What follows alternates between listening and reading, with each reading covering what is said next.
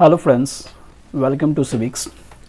मैं इस वीडियो के माध्यम से इंटरनेशनल जून 2026 की जो इम्पोर्टेंट क्वेश्चंस है वो रिवीजन करवा रहा हूँ। आने वाले कोई भी एग्ज़ामिनेशन हो, ये रिवीजन आपको काम देगा। चलिए स्टार्ट करते हैं।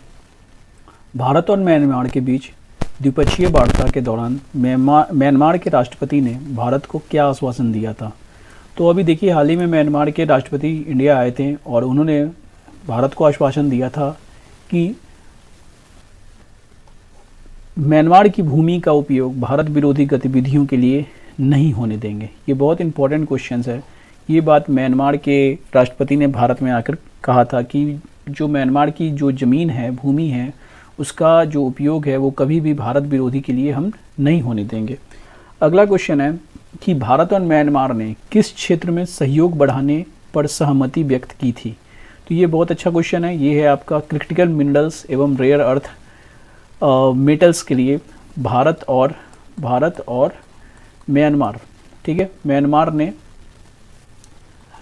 अपना सहयोग के लिए सहमति किया था। ठीक है, नेक्स्ट क्वेश्चन है आपका कि भारत और ऑस्ट्रेलिया रक्षा मंत्रियों का संवाद कहाँ आयोजित हुआ था?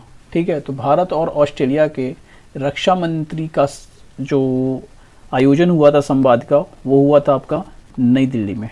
ठीक है, अगला क्वेश्चन है आपका कि भारत और ऑस्ट्रेलिया रक्षा मंत्रियों के संवाद में ऑस्ट्रेलिया की ओर से सह अध्यक्ष कौन थे?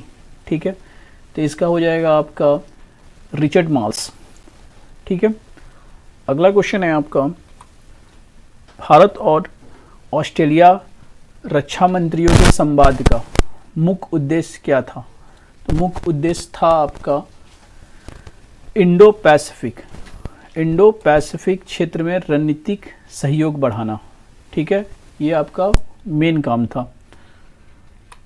अगला है कि इजराइल लेबनान संकट के दौरान आईडीएफ ने किस स्थान पर पूर्ण सैन्य नियंत्रण स्थापित किया है? ठीक है, तो ये आपका किया है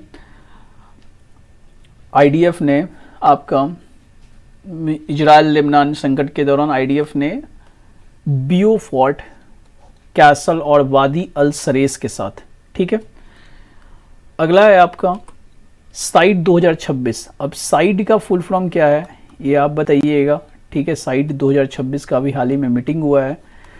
रिपोर्ट के अनुसार एआई परफॉर्मेंस इंडेक्स में भारत का स्थान जो है कितना नंबर पे है? तो एआई परफॉर्मेंस में पूछेगा तो भारत का स्थान चौथा नंबर पे आता है। और साइड, चलिए अगला क्वेश्चन आते हैं हम लोग साइड। ठीक है, तो साइड 2026 की जो रिपोर्ट है वो आपकी डिजिटल इकोनॉमी रैंकिंग में भारत का जो स्थान रखा गया है वो कितना रखा गया है? तो भारत का जो स्थान रखा गया है आपका आपकी डिजिटल इकोनॉमी रैंकिंग में वो 5वां नंबर पे है। ठीक है, और हम पिछले क्वेश्चंस में आपको बताए थे कि साइड का फुल फॉर्म आप बताइएगा, तो वो हम ही यहाँ बता देते हैं कि साइड का फुल फॉर्म होता है state of India digital economy. ठीक है, डिजिटल इकोनॉमी, क्योंकि अगर क्वेश्चन पूरा फुल फॉर्म करके देता है, साइड नहीं लिखेगा तो आपको ये वाला लिख के देगा तो आपको दिक्कत हो जाएगा। ठीक है, अगला क्वेश्चन आते हैं हम लोग कि किस देश ने 16 वर्ष से कम आयु के बच्चों को सोशल मीडिया अकाउंट पर प्रतिबंध लगाया है? तो वो देश है आपका मलेशिया। ठीक है, ऐसे तो बहुत सारे कंट्री लगाए हैं लेकिन यहाँ पर जून 2026 के बारे में बात किया जा रहा है। तो मलेशिया जो है अभी हाल ही में सोशल मीडिया अकाउंट पर 16 वर्ष से कम आयु के बच्चों के लिए प्रतिबंध लगा दिया है। अब देखिएगा, अगला क्वेश्चन है कि यूएनजीए का 81वां सत्र। ठीक है, 81वां सत्र का जो अध्यक्षता किया है वो किसने किया है? तो यहाँ पर टिक लगा हुआ है ऑलरेडी, खलीलुर रहमान, और ये आपके बांग्लादेश के निवासी हैं। ठीक है, बांग्लादेश के हैं, रहने वाले हैं। इन्होंने अभी यूएनजीए यानी कि संयुक्त राष्ट्र महासभा का 81वें सत्र का अध्यक्षता किया था।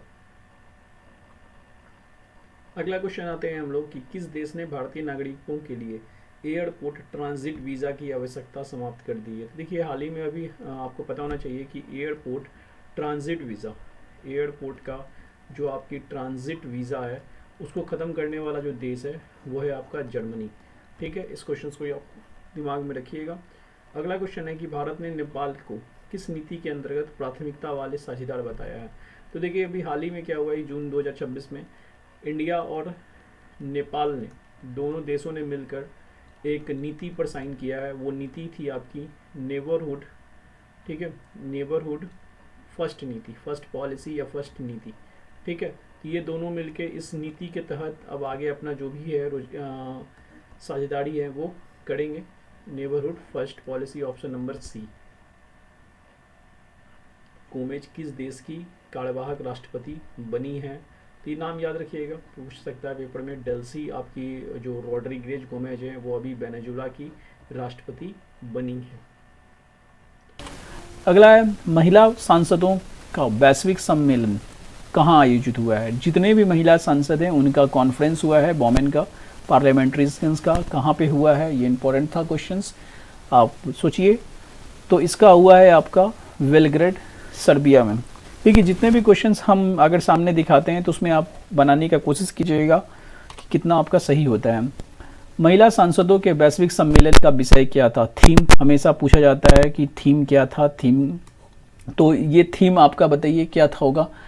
तो आप देख रहे हैं कि थीम है समानता को बढ़ावा देना, ठीक है, लैंगिक जो रूढ़ियों एवं नकारात्मक सामाजिक मानदंडों की बाधाओं को तोड़ना, ठीक है। ये महिला सांसदों की वैश्विक सम्मेलन का थीम था। और कहाँ पर हुआ था ये, तो ये हुआ था आपका बेलग्रेड में, ठीक है। बेलग्रेड कहाँ पड़ता है, ठीक है, बेलग्रेड के सर्बिया में, आप दे सकते हैं इसका आंसर, ठीक है। अगला है आपका कि कंबोडिया में यूपीआई सेवा किस बैंक के साथ साझेदारी में शुरू की गई है। आप बताइएगा कि कंबोडिया में जो अभी हाल ही में यूपीआई सेवा जो है शुरू हुआ है, किस बैंक के साथ साझेदारी के साथ शुरू की गई। तो देखिए यहाँ पर कंबोडिया का कुछ बैंक का नाम लिखा हुआ है, ACLEDA बैंक। अब ACLEDA बैंक का फुल फॉर्म क्या होता है आप बताइएगा, ठीक है। अगला क्वेश्चन है 17 कि अमेरिका ने भारत सहित 54 देशों पर कितने प्रतिशत नया टैरिफी लगाने का प्रस्ताव रखा है। तो देखिए ये बहुत अच्छा क्वेश्चन है। ये 12.5% का टैरिफी अमेरिका ने भारत सहित 54 देशों पर लगाया है जून 2026। तो जून 2026 की फोर्ब्स सूची के अनुसार विश्व का सबसे अमीर व्यक्ति कौन है, ठीक है। तो देखिएगा उस विश्व का सबसे अमीर व्यक्ति जो हैं वो आपके हैं एलन मास्क, ठीक है। एलन मास्क आपके विश्व के सबसे अमीर व्यक्ति के रूप में चुने गए हैं। अब आप बताइएगा कि एलन मास्क का जो नेटवर्थ है कितना है, तो 839 बिलियन डॉलर है, ठीक है। अगला क्वेश्चन है आपका कि फोर्ब्स रिपोर्ट के अनुसार एशिया के, ठीक है, सबसे अमीर उद्योगपति कौन बने हैं। तो एशिया के सबसे अमीर उद्योगपति गौतम अडानी बने हैं। इनकी नेटवर्थ इनकम 89.2 बिलियन डॉलर है, ठीक है, याद रखिएगा। एशिया के सबसे अमीर आदमी बने हैं। ट्रॉपिकल स्टॉर्म जांगमी अभी हाल ही में किस देश में भारी तबाही मचाई है, तो याद रखिएगा ये जापान में तबाही मचाई है। 150 किलोमीटर पर आवर की स्पीड से यहाँ पर हवा चली और साथ ही बहुत ज़्यादा टॉरेंशियल यानी कि भारी बारिश हुआ है इस ट्रॉपिकल स्टॉर्म जांगमी से। ब्रिटेन के किस नेता ने भारत यात्रा के दौरान प्रधानमंत्री नरेंद्र मोदी से मुलाकात की है, तो वो नेता हैं येवेट कूपर। ये ब्रिटेन के फॉरेन सेक्रेटरी थे, ठीक है ना। इनका अभी हाल ही में मीटिंग हुआ था और इंडिया आए थे, तो वो नरेंद्र मोदी से मुलाकात किए थे। वैसे आपको पता होना चाहिए कि ये जो येवेट कूपर थे वो आपके ब्रिटेन के, ठीक है, ब्रिटेन के फॉरेन सेक्रेटरी थे, ठीक है, फॉरेन सेक्रेटरी थे। ये हम कुछ बता देते हैं क्योंकि रिवीजन है। अगला है आपका भारत ब्रिटेन बैठक में मुख्य रूप से किस पहल की प्रगति की समीक्षा की गई है। तो अभी हम बता ही रहे हैं कि भारत का, इंडिया का और ब्रिटेन का अभी बैठक चला है, ठीक है, ब्रिटेन का अभी बैठक चला है। तो उसमें किस पहल की प्रगति की समीक्षा की गई है, कौन सी पहल की प्रगति की समीक्षा की गई है, तो इसका आंसर हो जाएगा इंडिया यूके विजन 2035, ठीक है। ये इंपॉर्टेंट क्वेश्चन था।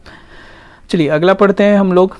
हाँ, एक और चीज़ है कि कुछ इसमें और भी बातें कुछ जुड़ी गई है। क्या क्या बातें जुड़ी गई है इंडिया यूके विजन्स के अंदर, तो ये बातें जुड़ी गई है आपका ट्रेड को लेके, ठीक है, डिफेंस को लेके, एंड आपका जुड़ा गया है टेक्नोलॉजी को लेके, ठीक है, टेक्नोलॉजी को लेके।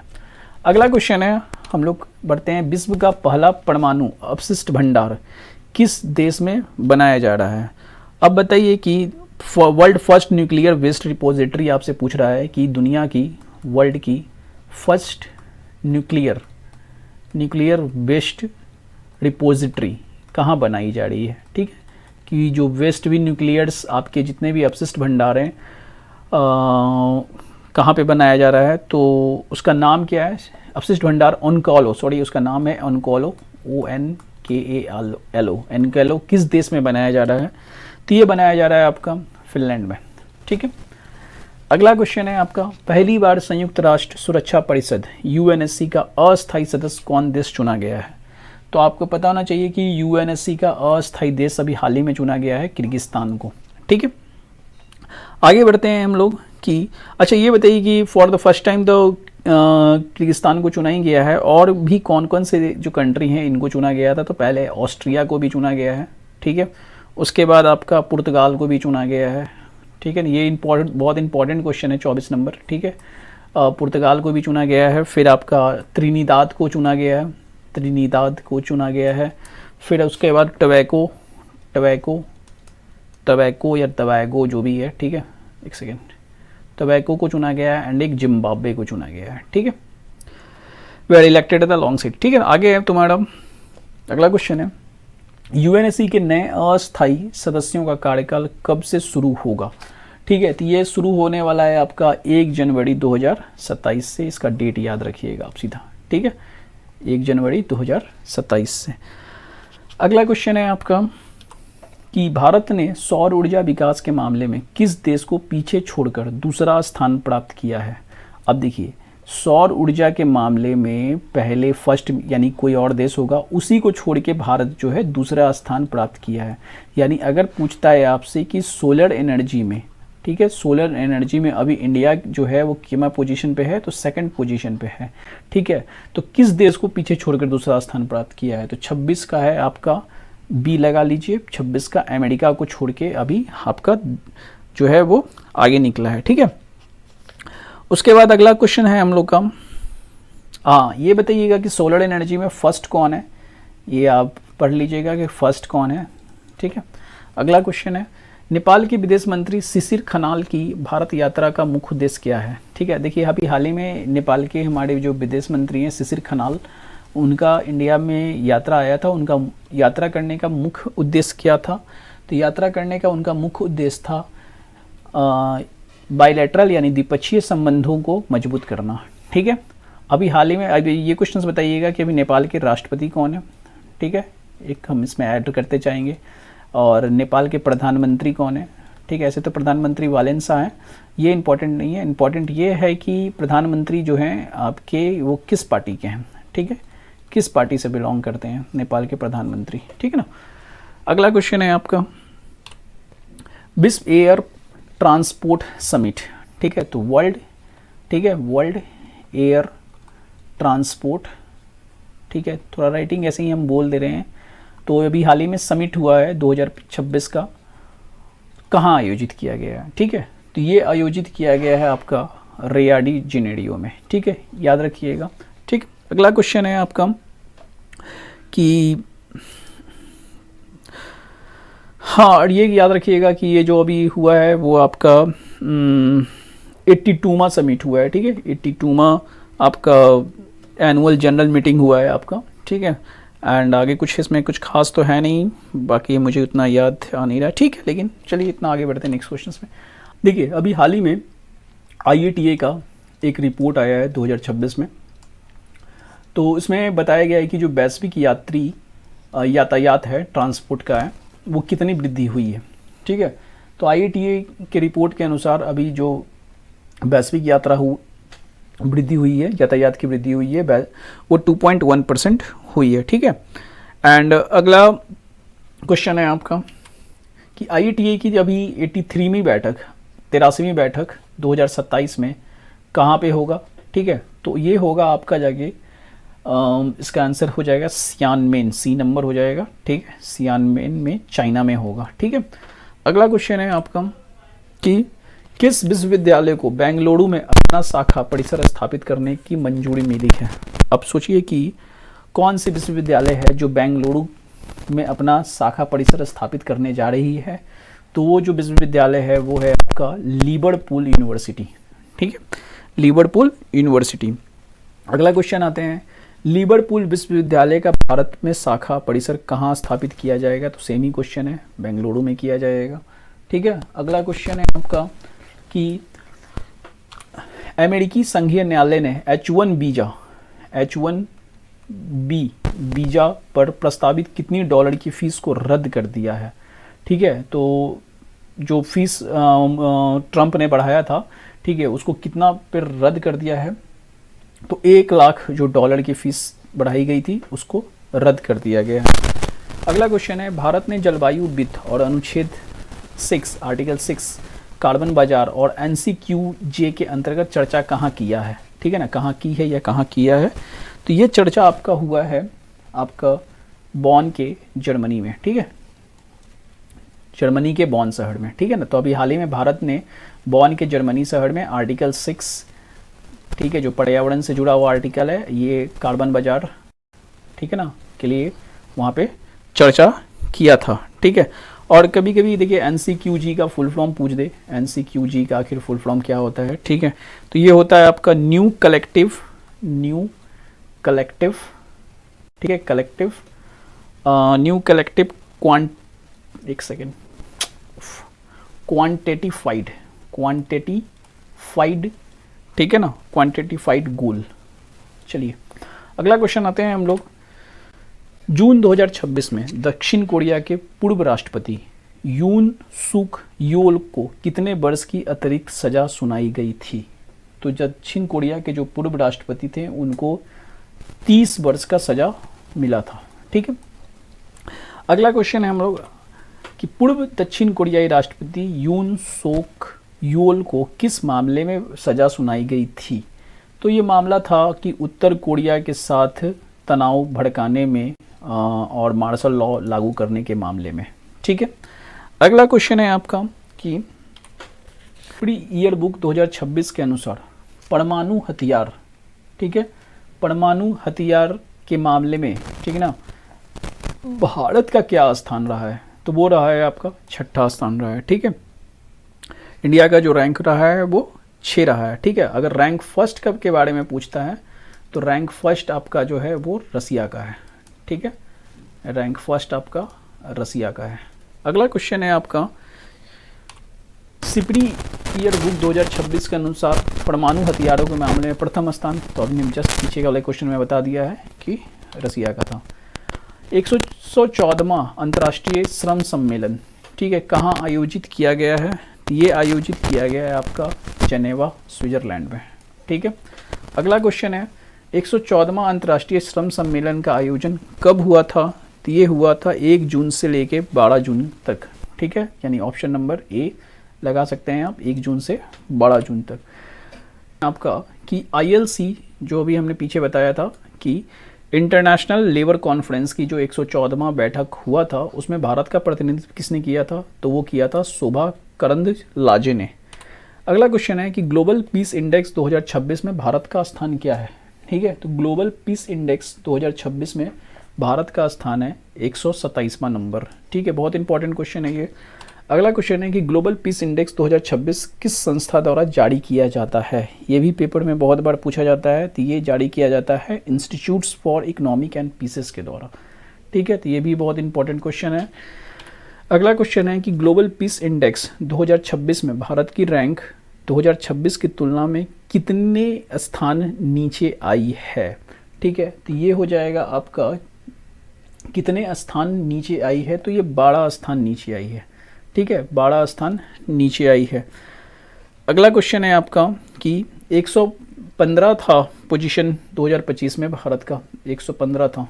ठीक है, और 2026 में अभी हाल ही में क्या पोजीशन आ गया है? तो 127 हो गया है। ठीक है, 127 ग्लोबल पीस इंडेक्स में 2026 का जो स्कोर 127। और स्कोर कितना पूछता है, कभी कभी स्कोर भी पूछ लेता है पेपर के अंदर। तो स्कोर जो है आपका 2026 वाला 2.409 है। ठीक है, 2.409 एंड उसके बाद है आपका, बाकी तो सही है, 12 प्लेसेस नीचे डाउन हुआ है। 2025 में आपका हमने बता ही दिया है कि 2025 में जो पोजीशन था 115वां पोजीशन था।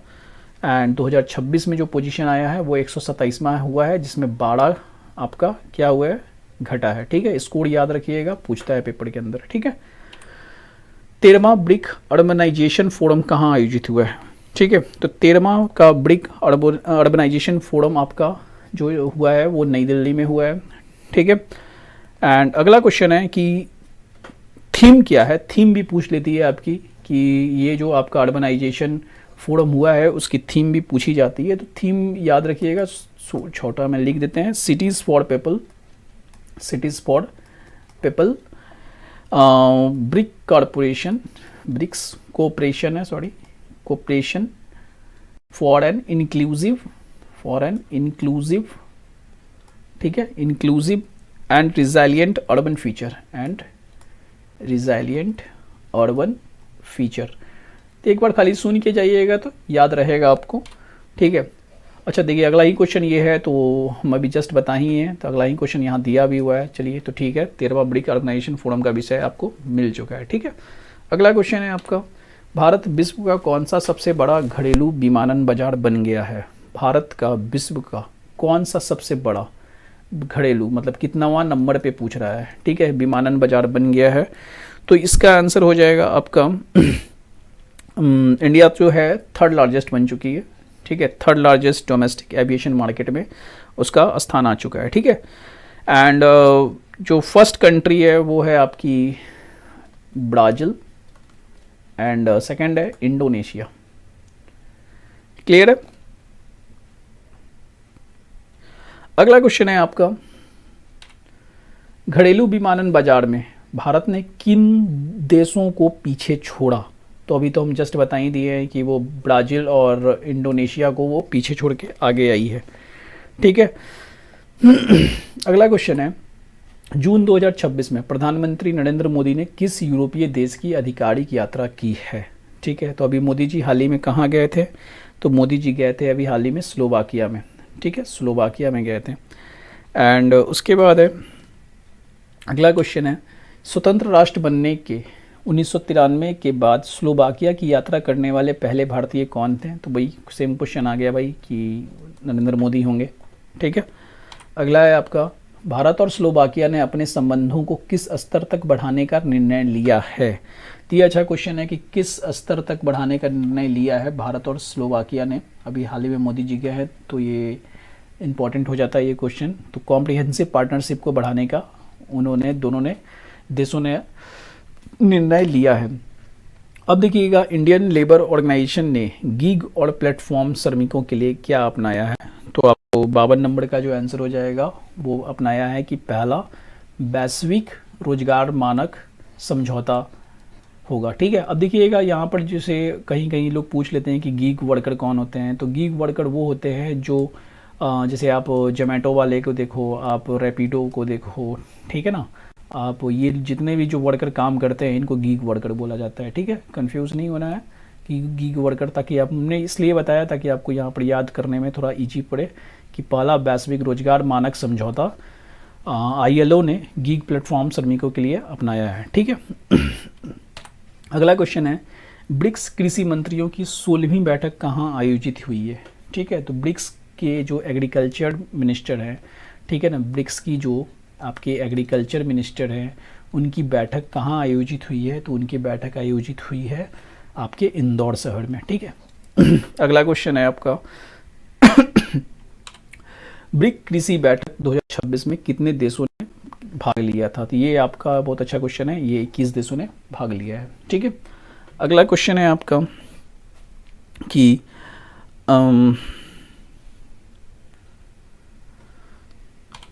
कनाडा ने 16 वर्ष से कम आयु के बच्चों के लिए कौन सा कानून प्रस्तुत किया है? ठीक है, तो कनाडा ने 16 वर्ष से कम आयु के बच्चों के लिए जो कानून लाया है उस कानून का नाम है सेफ सोशल मीडिया एक्ट। ठीक है, इस कानून के तहत आपका जो सोशल मीडिया है उनको सही ढंग से चलाया जाए ताकि जो बच्चे हैं उनको कोई भी फाइनेंशियल पेनाल्टीज़ वगैरह, हैवी फाइनेंशियल पेनाल्टीज़ वगैरह ना लगे।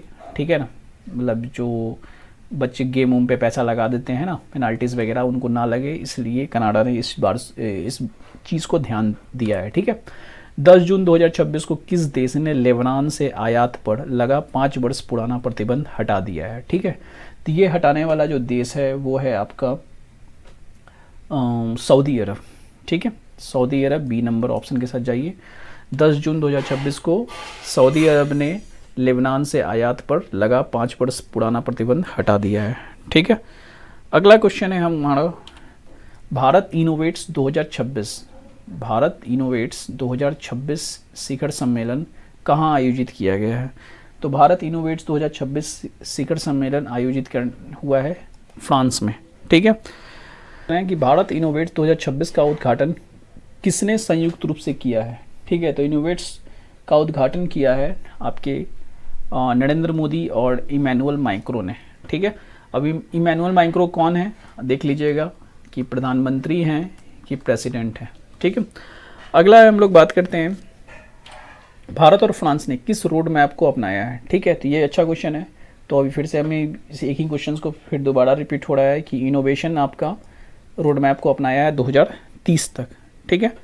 अगला क्वेश्चन है आपका, भारत और फ्रांस के बीच किस क्षेत्र में यूपीआई के विस्तार को मंजूरी दी गई है। अब देखिएगा, यूपीआई के विस्तार को मंजूरी देने के लिए भारत और फ्रांस के बीच किस क्षेत्र में यूपीआई के विस्तार को मंजूरी दी गई है। तो ये तो एक ही क्वेश्चन है भाई, सिंपल बात है कि कोई भी पूछेगा तो फ्रांस है तो फ्रांस ही होगा, क्या क्वेश्चन है। अगला क्वेश्चन है, India France ATL bridge initiative का उद्देश्य क्या है, ठीक है। एटीएल ब्रिज का जो उद्देश्य है वो है आपका युवाओं, ठीक है, युवाओं एवं छात्रों में नवाचार एवं उद्यमिता को बढ़ावा देना, ठीक है। तो इंडिया अभी फ्रांस के साथ ही एटीएल ब्रिज इनिशिएटिव स्टार्ट की है, जिसका मेन उद्देश्य है छात्रों में नवाचार और उद्यमिता को बढ़ावा देना। अगला क्वेश्चन है, भारत और जापान ने 8 जून 2026 को किस समझौते के कार्यान्वयन नियम अपनाए हैं।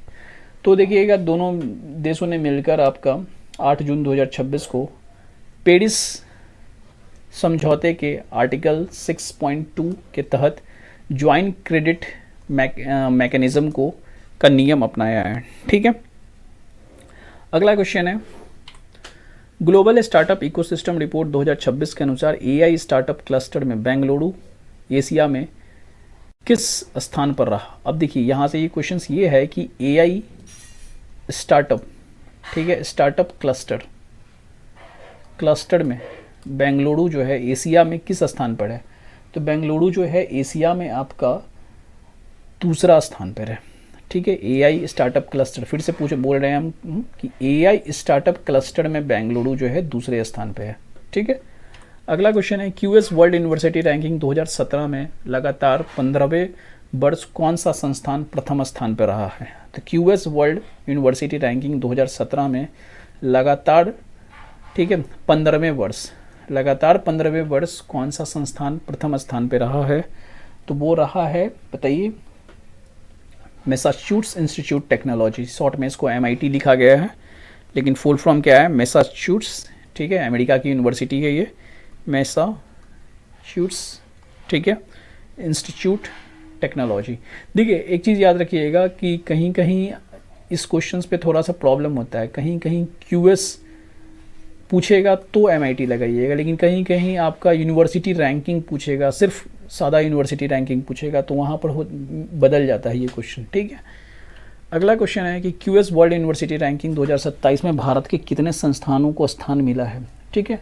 तो भारत के आपके जो हैं वो 52 संस्थानों को, 52 संस्थानों को स्थान मिला है, ठीक है ना। मैसाचुसेट्स जो है यूनिवर्सिटी जो है उसको लगातार 15 वर्ष तक, ठीक है, लगातार 15 वर्ष से उसको रैंक 1 मिला है, ठीक है। तो रैंक 1 बोल रहे हैं, पहला स्थान जो है वो आपका MIT है, ठीक है। उसी तरह से भारत के 52 इंस्टीट्यूट्स तो QS वर्ल्ड यूनिवर्सिटी रैंकिंग में आते ही हैं, जिसमें आपका IIT, ठीक है, पहला जो है IIT दिल्ली का जो प्लेस आता है वो 198वां नंबर पे है, ठीक है। उसके बाद फिर IIT बॉम्बे का नंबर आता है आपका 134वां नंबर पे, 134। उसके बाद IIT मद्रास जो है वो आती है आपकी 117वां प्लेस, ठीक है। उसके बाद अगर सेकंड पोजीशन पूछा जाए, जिस तरह से रैंक 1 जो है आपका, मतलब फर्स्ट पोजीशन जो है MIT है, ठीक है। तो अगर सेकंड पूछा जाए तो सेकंड में है आपका कनाडा का, ठीक है, एक यूनिवर्सिटी है इंपीरियल कॉलेज, ठीक है, कनाडा की जो है इंपीरियल कॉलेज है वो सेकंड नंबर पे है MIT के बाद, ठीक है। उसके बाद अगर पूछा जाए थर्ड पूछा जाए तो थर्ड है USA की ही है ये भी, और वो है आपका स्टैनफोर्ड यूनिवर्सिटी, ठीक है, स्टैनफोर्ड यूनिवर्सिटी, ठीक है। तो सॉरी, ये स्टैनफोर्ड यूनिवर्सिटी और ये जो इंपीरियल कॉलेज दोनों ही सेकंड नंबर पे हैं, ठीक है, दोनों ही सेकंड नंबर पे आती है, ठीक है। तो ये चीज़ को याद रखना है। अगला क्वेश्चन है आपका, QS वर्ल्ड यूनिवर्सिटी रैंकिंग 2027 में भारत का सर्वोच्च रैंक वाला संस्थान कौन सा है? तो अभी हम बताइए दिए, IIT दिल्ली 198वां नंबर पे, उसके बाद IIT बॉम्बे का जो स्थान था वो था 134वां नंबर, उसके बाद IIT मद्रास का जो स्थान था वो था 117वां नंबर, ठीक है। अगला क्वेश्चन है आपका कि ठीक है, अगला क्वेश्चन देख लेते हैं हम लोग। पहला ब्रिक MSME फोरम कहाँ आयोजित किया गया है? अब देखिएगा, ब्रिक का फर्स्ट है तो ये इंपॉर्टेंट हो जाएगा। ब्रिक MSME फोरम कहाँ आयोजित किया गया है? तो ब्रिक MSME फोरम आयोजित किया गया आपका आगरा में है कि अवैध, ठीक है, अवैध, अनियमित और अनियंत्रित मछली पकड़ने के विरुद्ध किस घोषणा को अभी हाल ही में कुछ देशों ने मिलकर अपनाया है? याद रखिएगा कि अभी हाल ही में आपके 16 कंट्री ने मिलकर, ठीक है, 16 कंट्री ने मिलकर इस घोषणा को अपनाया था, और जिसमें आपका बताया गया था कि 16 कंट्री में कौन कौन से देश थे। तो अफ्रीका की कुछ कंट्री थी, कुछ आपकी एशिया की थी, कुछ यूरोप थे आपके, कुछ कैरेबियन कंट्री भी थे, ठीक है, कैरेबियन कंट्री भी थे। ये सभी ने कंट्री ने मिलकर एक डिक्लेरेशन साइन किया था। उस डिक्लेरेशन का नाम था मोम्बासा डिक्लेरेशन, और मोम्बासा घोषणा जो था उसका मेन एम था कि इलीगल फिशिंग को रोकना, इलीगल जो मछली मारा जाता है, इलीगल फिशिंग को रोकना, अनरिपोर्टेड फिशिंग को रोकना, अनरिपोर्टेड फिशिंग को रोकना, ठीक है। नेक्स्ट क्वेश्चन में आते हैं हम लोग। लिखा है कि संयुक्त राष्ट्र महासचिव एंटोनियो गुटेरस ने घृणास्पद भाषण और नरसंहार रोकने के लिए कौन सी योजना शुरू की है? तो देखिए, यहाँ पर टॉपिक है कि घृणास्पद भाषण आपको नहीं देना है, ऐसा कि संसार में कुछ भी बातें, नफरत की बातें फैले। इसके लिए एंटोनियो गुटेरस ने एक योजना शुरू की है, उस योजना का नाम है न्यूटर plan of action. Next question में आते हैं हम लोग। अभी लिखा है कि BRICS new development bank NDB का पहला मध्य एशियाई सदस्य कौन बना है? तो ऑलरेडी टिक लगा हुआ है। तो अभी NDB का फर्स्ट कंट्री अगर पूछेगा, पहला सेंट्रल एशियाई कंट्री जो है वो बना है आपका मेंबर उज्बेकिस्तान। नेक्स्ट क्वेश्चन में आते हैं कि 16वीं ब्रिक राष्ट्रीय सुरक्षा सलाहकार NSA की बैठक की अध्यक्षता यानी कि प्रेसिडेंसी किसने की थी? तो अभी हाल ही में हुआ था, ब्रिक्स का राष्ट्रीय सुरक्षा सलाहकार की बैठक हुई थी 16वीं, उसकी अजीत डोभाल ने बैठक किया था। इसका एम क्या था? तो एम था कि टेररिज्म को ख़त्म करना, टेररिज्म को ख़त्म करना, उसके बाद साइबर सिक्योरिटी पर ध्यान देना, साइबर सिक्योरिटी पर ध्यान देना, और उसके बाद जो भी नया टेक्नोलॉजी डेवलप्ड होता है उस टेक्नोलॉजी को बढ़ावा देना। ये इस मीटिंग की एम थी, ठीक है। अगला क्वेश्चन आते हैं हम लोग।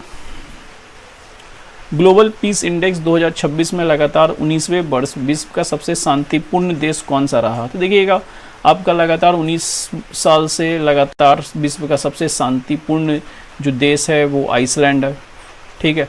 अगर सेकंड पोजीशन पूछेगा तो न्यूजीलैंड का हो जाएगा, अगर थर्ड पूछेगा तो आपका स्विट्जरलैंड का हो जाएगा।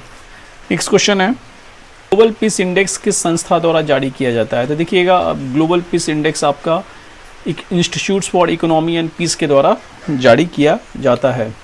ग्लोबल पीस इंडेक्स में दूसरा सबसे शांतिपूर्ण देश तो अभी हम जस्ट बता दिए थे, न्यूजीलैंड है। ग्लोबल पीस इंडेक्स में तीसरा सबसे शांतिपूर्ण पूछेगा तो आपको हम जस्ट बताए हैं कि वो स्विट्जरलैंड है, ठीक है। अगला क्वेश्चन है कि ग्लोबल पीस इंडेक्स में भारत का स्थान क्या रहा है? देखिए, भारत का स्थान अगर पूछेगा तो भारत का स्थान 2026 में आपका 127वां रैंक था, ठीक है। अगर 2025 का पूछता है तो भारत का स्थान 115वां था, 115वां था भारत का स्थान, ठीक है, 2025 में। समझ में आ गया? तो ये पूछ रहा है आपका 2026 का पूछ रहा है कि 2026 में भारत का स्थान क्या रहा है, तो 127वां हम लोग लगाएंगे। अगला क्वेश्चन आते हैं हम लोग ग्लोबल पीस इंडेक्स 2025 में भारत का स्थान। देखिएगा इस बार आपका 2025 पूछ रहा है, तो भारत का स्थान 115वां नंबर पे आ जाएगा। अब पूछ रहा है कि लोनलीनेस इंडेक्स 2026 किस संस्था प्लेटफॉर्म द्वारा जारी किया गया है। तो देखिए ये संस्था का नाम था आपका डिजिटल इंटरटेनमेंट प्लेटफॉर्म, ठीक है, प्लेटफॉर्म, और इसी में आगे था jv.com। तो यहाँ पर शॉर्ट में नाम दिया गया है jv.com का, तो आप ये लगा के आगे बढ़ सकते हैं। चलिए अगला क्वेश्चन आते हैं हम लोग कि लोनलीनेस इंडेक्स 2026 में प्रथम स्थान किस देश का रहा है। तो याद रखिएगा प्रथम स्थान आपका तुर्की का था, ठीक है, जिसको 100 पॉइंट्स के साथ प्रथम स्थान माना गया है, ठीक है। अगला क्वेश्चन है हमारा कि लोनलीनेस इंडेक्स में भारत का स्थान क्या है। तो भारत का स्थान याद रखिएगा दूसरा नंबर पे है 89वां स्थान के पॉइंट के साथ, 89वां पॉइंट के साथ भारत जो है दूसरे स्थान पे है। अगला क्वेश्चन आते हैं हम लोग, इसमें लिखा है कि लोनलीनेस इंडेक्स में भारत का स्कोर क्या रहा है। तो अभी हम जस्ट बता ही दिए थे कि 89वां स्कोर था उसका भारत का। अब देखिए यहाँ पर क्वेश्चन है नेक्स्ट 82वां नंबर की यूपीआई अपनाने वाला विश्व का 9वां देश कौन है। तो देखिए अभी हाल ही में 9वां देश आपका यूपीआई अपनाने वाला कंबोडिया है। ऐसे 9 देश जो हैं वो आपके यूपीआई अपनाए हैं, लेकिन सबसे इंपॉर्टेंट हो जाता है कि फर्स्ट कंट्री कौन था। तो फर्स्ट कंट्री आपका भूटान थी, याद रखिएगा, ठीक है। अगला क्वेश्चन है कि यूपीआई अपनाने वाला विश्व का पहला देश कौन है। तो अभी हम जस्ट बता दिए थे विश्व का पहला देश भूटान था, ठीक है। नेक्स्ट क्वेश्चन में आते हैं हम लोग,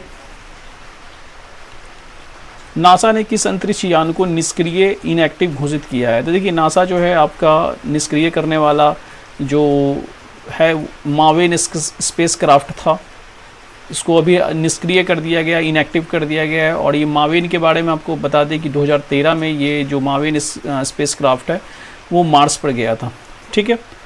अगला क्वेश्चन में आते हैं हम लोग कि मावेन अंतरिक्ष यान को मंगल ग्रह के लिए किस वर्ष भेजा गया था। तो देखिए यहाँ पर क्वेश्चन है, आंसर्स दिया हुआ है कि मावेन को 2013 में मंगल ग्रह पर भेजा गया था। यहाँ पर क्वेश्चन है कि पूर्वी अंटार्कटिका में लगभग कितने वर्ष पुरानी हवा की खोज हुई है। तो आप किताब वगैरह पढ़िएगा तो वहाँ पर लिखा हुआ है 6 मिलियन पहले की हवा खोजी गई थी, ठीक है। तो यहाँ पर ऑप्शन 6 मिलियन का 60 लाख आप लगा दीजिएगा। आते हैं कि प्राचीन वायु के नमूने पूर्वी अंटार्कटिका में किस क्षेत्र में मिले हैं। तो देखिए अभी हाल ही में जो अभी पिछला क्वेश्चन था तो वो कहाँ पे मिला है, तो वो अंटार्कटिका के एलन हिल्स पे मिला है, ठीक है। एलन हिल्स पे ये नमूना मिला था, आपको ये याद रखना है आपको। नेक्स्ट है कि इजरायली सेना ने किस ऐतिहासिक किले पर नियंत्रण स्थापित किया है। तो देखिए अभी हाल ही में जून 2026 में इजरायली सेना जो है ब्यूफोर्ट कैसल पर कब्जा कर लेती है।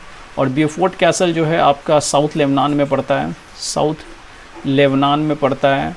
और ये आपका ब्यूफोर्ट कैसल आपका लितानी नदी के किनारे है, ठीक है, लितानी नदी के किनारे है, ये आपको याद रखना है, ठीक है। अगला क्वेश्चन है, हम लोग आते हैं ब्यूफोर्ट कैसल किस देश में स्थित है। तो हम बता दिए थे कि साउथ लेबनान में स्थित है। ब्यूफोर्ट कैसल किस नदी पर निगरानी प्रदान करता है। तो अभी इसको भी आंसर बता दिए थे, लिटानी नदी पर।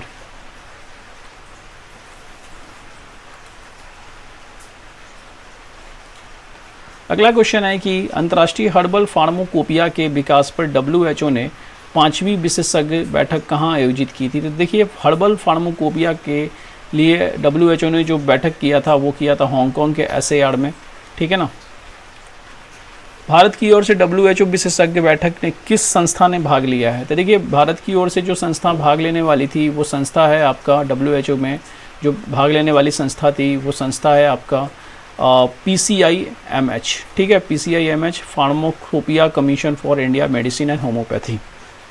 कि 52वां G7 शिखर सम्मेलन कहाँ आयोजित हुआ है। तो ये आयोजित हुआ है आपका एवियन ले बेंस फ्रांस में, ठीक है। अगला क्वेश्चन आते हैं हम लोग 52वां G7 शिखर सम्मेलन का डेट कब था। तो अब याद रखिएगा 15 से 17 जून के बीच में हुआ था। कि 52वां G7 शिखर सम्मेलन का आधिकारिक विषय यानी कि थीम क्या था। तो थीम था आपका प्रमुख अंतर्राष्ट्रीय चुनौतियों को मिलाकर समाधान करना। इंटरनेशनल बिग कैट अलायंस में 27वां सदस्य कौन देश बना है। तो याद रखिएगा 27वां सदस्य आपका बांग्लादेश बना है। और 27वां बोला है तो इसके पहले का भी याद रखिएगा, ठीक है। इसके पहले का 26वां सदस्य जो बना था वो बना था आपका सऊदी अरब, ठीक है, सऊदी अरबिया, ठीक है। अगला क्वेश्चन है,